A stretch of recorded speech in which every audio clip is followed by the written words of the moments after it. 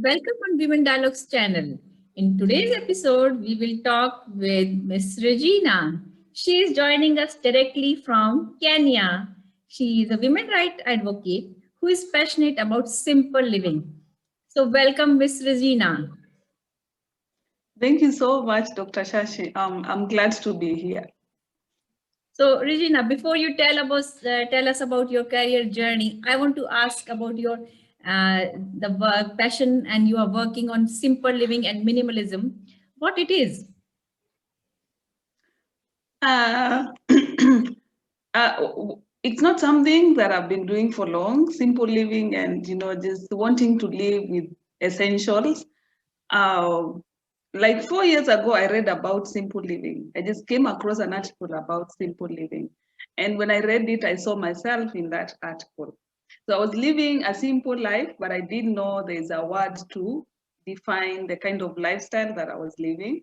And so I was excited about this newfound way or lifestyle. And I decided to start sharing that with people. But that just came the other day when Corona hit our screens in the houses, and every day it was Corona, Corona. So I decided to do something different and started sharing my experience with simple living, my experience with living just the minimal things that I need. And that's how my YouTube channel, Regina Mutiru, was born in August last year.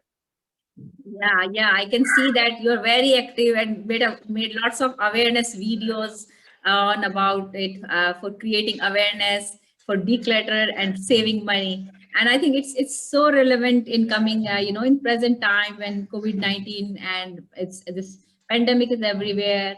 People are having a lot of stress. So that's a really very good topic you bring to the people. So, how is the response about it from your viewers? The kind of awareness you are creating. Oh, I think people appreciate it, and now that YouTube has become just like the mainstream media, like people have options whether to go watch something or news on YouTube or watch the mainstream media. So I'm getting what I'm posting, and some people are like, I didn't know that by having all these items in my house, they were distracting, my work and my mind and what I am currently doing.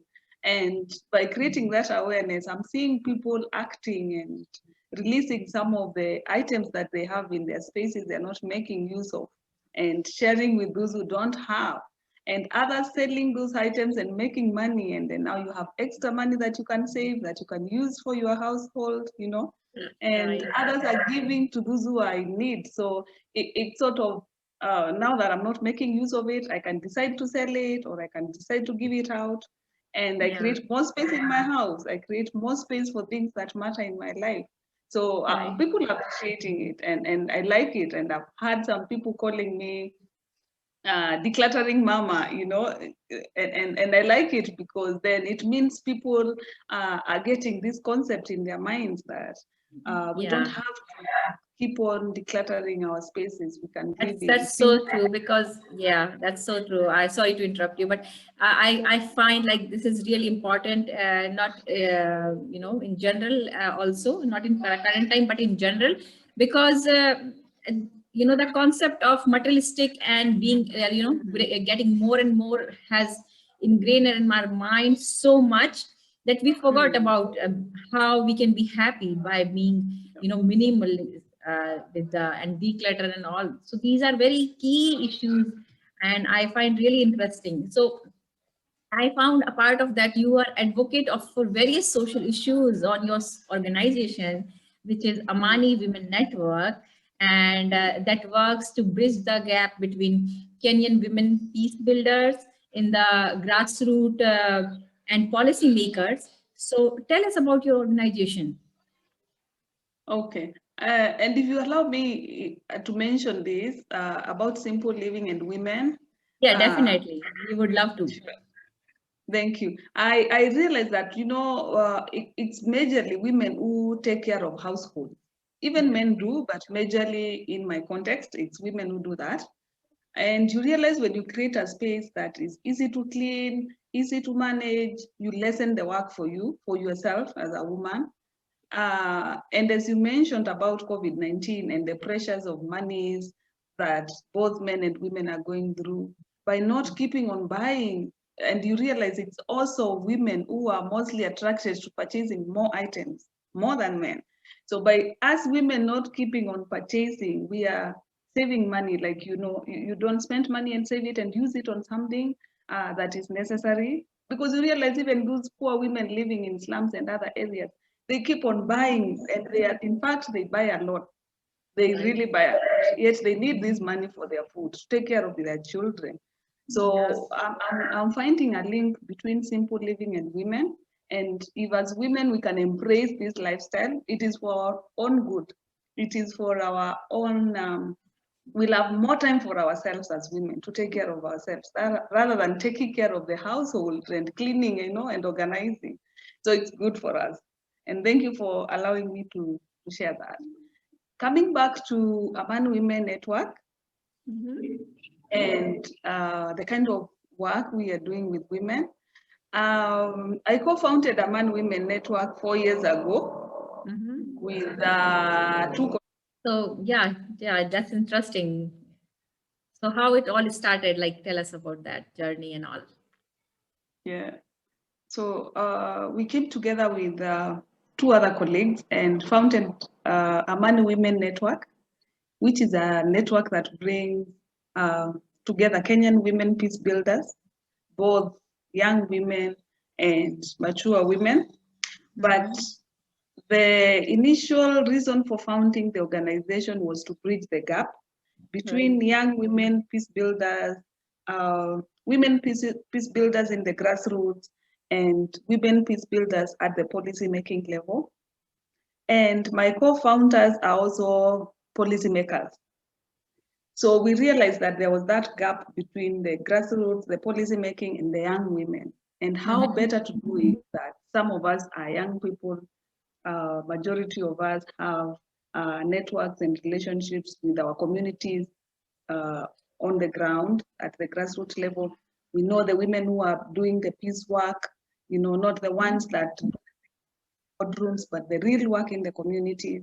And how can we better connect these women with policymakers, for policy, so that the country can make the right policies with the right information, and also empower these grassroots women so that they can continue doing what they are doing and do it better. How better can we mentor these young women, the upcoming young women? Some of them are in universities, others are working in the communities, and they don't have the some of them have the practical bit of it, they don't have the theory bit of it. How do we bridge that gap? So that was the reason for creating the organization, and we've been doing that for the last 4 years. Oh, that's wonderful. But that's wonderful journey. And I really like the concept, like, covering the gap or bridging the gap between the grassroots level and the policy level makers, because sometimes that's the very key issue comes. And when we are making the policies, we are really untouched, or we are not really aware about the grassroots level issues. We see from our perspective, and or maybe as a policymaker, but when you are covering that gap, it's like bringing one step closer and making more realistic policies. That's wonderful. And similar time, I found that you work with teenage mothers in Kenya. What kind of challenges are in it, and handling the teenage mother, and what and how you do all about it? Tell us something about that. Sure. It goes back to when I was young and growing up in a community where girls and women generally have no voice, and you have to do what the males in the home or in the society say you do. And I think I was born an activist or an advocate from the word go, because I started fighting with my father. He says you need to do this, and I would be saying the opposite. And I would confront him, like, why are you doing this to my mother at a very tender age? I'm not ashamed to say that my father was violent, because now he's not. And I used to confront him a lot when he attacked my mom. And when I went to secondary school, I found myself now becoming so, becoming now a real activist on issues in school. When I came back home and things were not going right, I would question, and I would question how community was doing things um, to us and to the community members. And I remember one time when I was in primary school, we were stigmatized with my sister because we had not gone through female genital mutilation, Right. a practice that is done in my community. I was one class higher than my sister, and the students came to realize that in our family, we were not going through the cut. We are 6 girls. And that was because there was an uncle of mine who had gone to Nairobi. Nairobi is the capital city of Kenya, and like he was exposed. And so he told my father that you do not need to cut your girls. It is not good to cut your girls. So in that community, it was only our family that was not going through the cut. Right. And it was a lot of stigma on us. So one time the girls organized for an exercise and they were checking on who has not gone through the cut, Right. like literally checking on our private parts to see Oh. who has not gone through the cut. It was very Right. traumatizing. And when they realized that I was not, then they knew definitely my sister was not. And Right. it was a lot of stigma. So those experiences molded me into becoming a voice to those who are not able to speak for themselves. Right. And that's how I started this community-based organization with teenage mothers in my community, with the experiences of activism at a tender age and the experiences that I had gone through. And while in class 8 as well, I was the only girl who managed to go to secondary school. Right. Because the majority of the girls left school because of teenage pregnancy. Oh. And others immediately after class 8, they got married. So with all that, I asked myself a question like, how can I give back to my community? Having lived in this community, having experienced all these challenges, how can I give back to my community? So I went back to women who come from that community but live in Nairobi. Yeah. So we call ourselves daughters of Ngomeni because that community is called Ngomeni. Yeah. No, but So we here came you are to bringing lot of issues like like FGM, teenage mother. They are very important and key issues about the women safety and how it all started. Like I know it's your personal experiences, but what is the reason like teenage get into like they are social norms, or there is a what way exactly why it is after eighth standard they are not getting further education? Is there any social pressure, or what kind of environment has put them into? So when it comes to teenage pregnancies, mostly during that period in my community, there came a period where charcoal burning was very high. So there were these, and majorly it's done by men. So there was this group of men who had money, who came into the community, and not necessarily from my community. They could come outside our community from other regions to come and cut trees and burn charcoals or buy charcoals from our community. By people coming in our community, the men coming, because majorly they were men, then there was a lot of interaction with the community girls and the community people, and the issue of poverty, where girls find themselves, perhaps a young girl who wants a lipstick, she feels like she wants a new dress, and the parents are poor, they are not able to buy these things for them. And you find this man who is giving you some little cash, and in exchange, this is what they want. They want to have a sexual relationship with you. And in the process, people getting pregnant. Because I did a research in the community as to why. I did a research to understand why the girls were getting pregnant and who were the major players in that sector. And the charcoal burners, the charcoal buying people came at number one. Then there was motorbike. Motorbike also came in the society, and mostly men again are the ones who were able to purchase the motorbikes, and they are carrying girls from one. Like, I can give you a lift to school, I can for free, and what do I want in exchange? Then there was the third category, which is very painful. It was teachers. In our communities, we have teachers who are also coming from outside. They are not within the community, because teachers from within the community could be your uncle, they know your father, they know your family. So there could be that they don't want to be known, they don't want to be seen. But teachers coming from outside. So sorry, let me just stop something.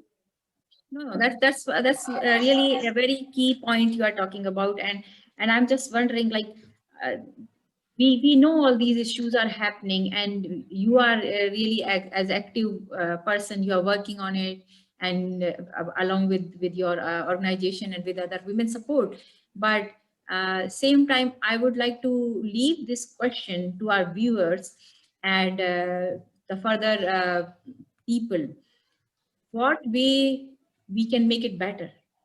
What other ways they can give us, think of, or to do, or to us, or by the government, what we can expect more, or they can expect from our side more, how we can make it better, and how we can, these issues we can remove from our society and from our cultural practices. FGM, teenage mother pregnancy, these are really key issue and very sensitive and very sad when we talk about it. Like, when we are talking about modern society, when we are talking about women's empowerment, but still female has to go through these practices. It's sad for us. That's it for today's episode. I will come back with new episode, interesting stories, and motivation for successful life. Dear viewers, if you want to see upcoming Women Dialogue episode, do like, share, subscribe, and click the bell icon button.